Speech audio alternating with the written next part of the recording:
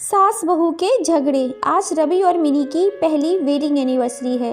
घर में इन्होंने एक छोटा सा फंक्शन रखा है। अब बहुत ज़्यादा खुश थे। रवि और मिनी कमरे में तैयार होने चले जाते हैं।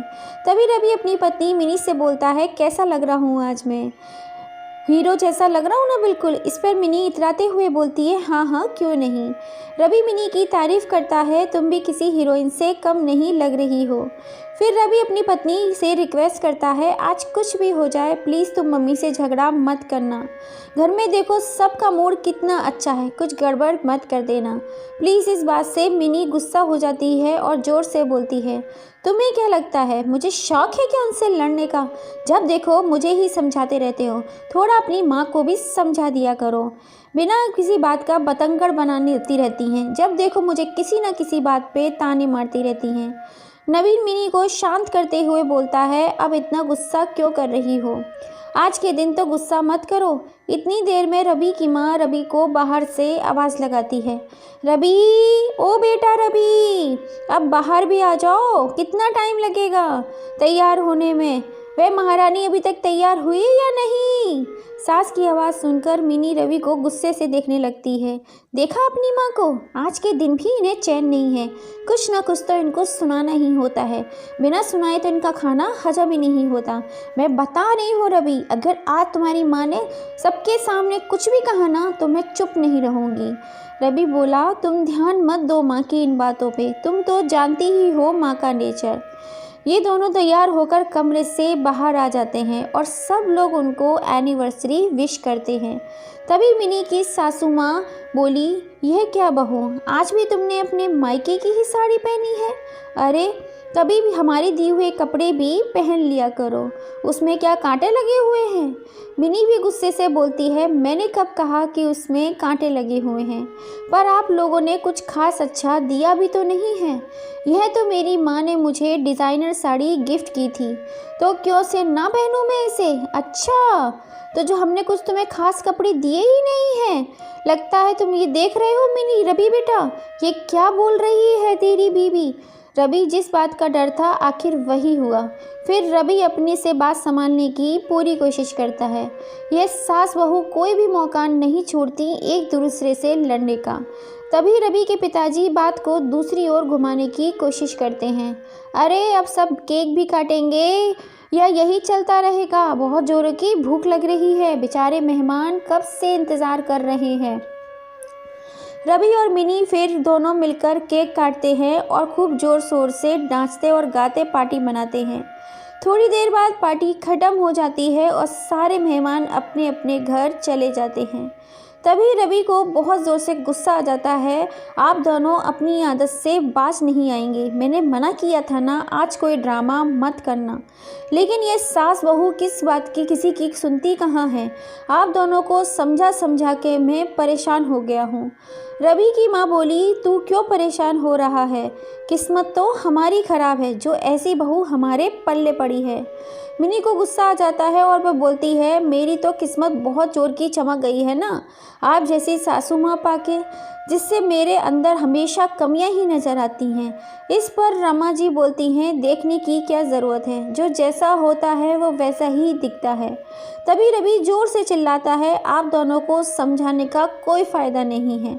आप दोनों में से कोई भी कुछ समझना ही नहीं चाहता। इस पर रवि के पिताजी बोलते हैं, तुम दोनों ना जगह देखती हो ना माहौल, बस लड़ना शुरू कर देती हो। अरे क्या सोचेंगे बाहर वाले, कैसी सास बहू है।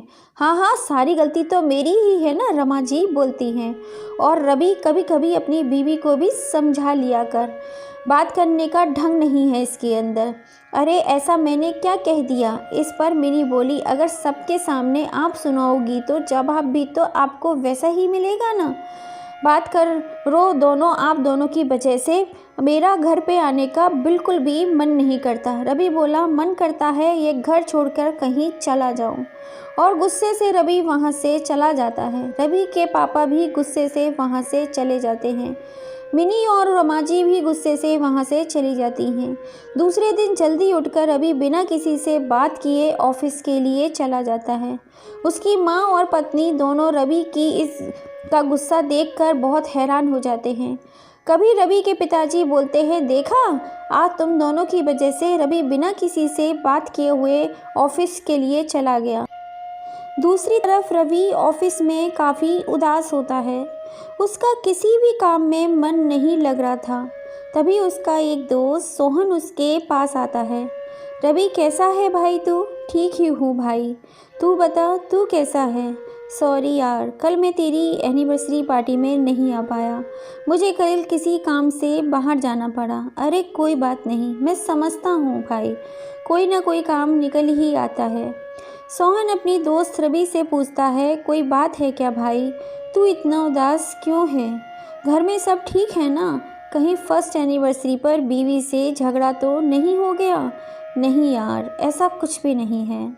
मेरे घर में सास बहू को एक दूसरे से लड़ने की फुर्सत नहीं मिलती। मैं क्या लड़ूंगा किसी से भी। भाई, मैं तंग आ गया हूँ इस रोज़ रोज़ की चिक चिक से। वे दोनों किसी की बात समझना ही नहीं चाहती। सोहन बोला, भाई यह तो हर घर की बात है। सास बहू का कलेश तो हर घर में है। रवि बोलता है, कभी कभी तो मन करता है घर से ही न जाऊं। उसका दोस्त बोला, तो मत जा, एक बार घर मत जाओ और देख उनको कोई फ़र्क पड़ता है या नहीं।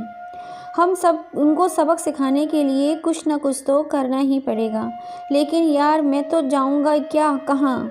उसका दोस्त बोला, तू मेरे घर चल, वैसे भी काफ़ी दिनों से तू मेरे घर पर नहीं आया है। देखते ही देखते रात हो जाती है और घर पर मिनी और उसकी माँ परेशान होती हैं। रमा जी मिनी से पूछती हैं, मिनी, रवि का कोई फ़ोन आया क्या? कहाँ?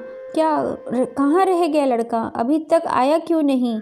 मम्मी जी, मैं तो कब से उनका नंबर ट्राई कर रही हूँ, फ़ोन भी स्विच ऑफ कर आ रहा है। सुबह का तो बता कर भी नहीं गए थे, पता नहीं कहाँ रह गए। रमा जी रवि के पिताजी को बोलती हैं, सुनिए जी, ज़रा देखिए ना, मेरा बेटा कहाँ रह गया। मोहनलाल जी गुस्से में बोलते हैं, क्या पता करो, तुम दोनों ने उसका जीना हराम कर दिया है, इसलिए घर छोड़कर चला गया होगा। घर में सब बहुत ही परेशान हो जाते हैं और रवि के दोस्तों को फ़ोन करने लगते हैं, लेकिन कहीं से भी रवि के बारे में कोई भी जानकारी नहीं मिलती। रमा जी बोलती हैं, आप पता करिए, कुछ ना कुछ तो पता करिए, हम दोनों अपनी गलती मानने के लिए तैयार हैं। इस तरह घर छोड़कर जाना भी तो सही नहीं है।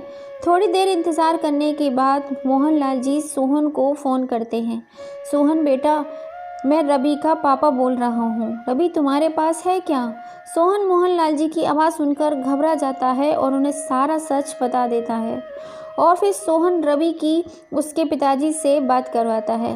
मोहनलाल जी कहते हैं, रवि ये क्या बात हुई बेटा, तू घर क्यों नहीं आया? रवि अपने पिता को फ़ोन स्पीकर पे रखने के लिए कहता है, पापा जब तक यह सास बहू का कलेश ख़त्म नहीं होगा मैं घर नहीं आने वाला हूँ।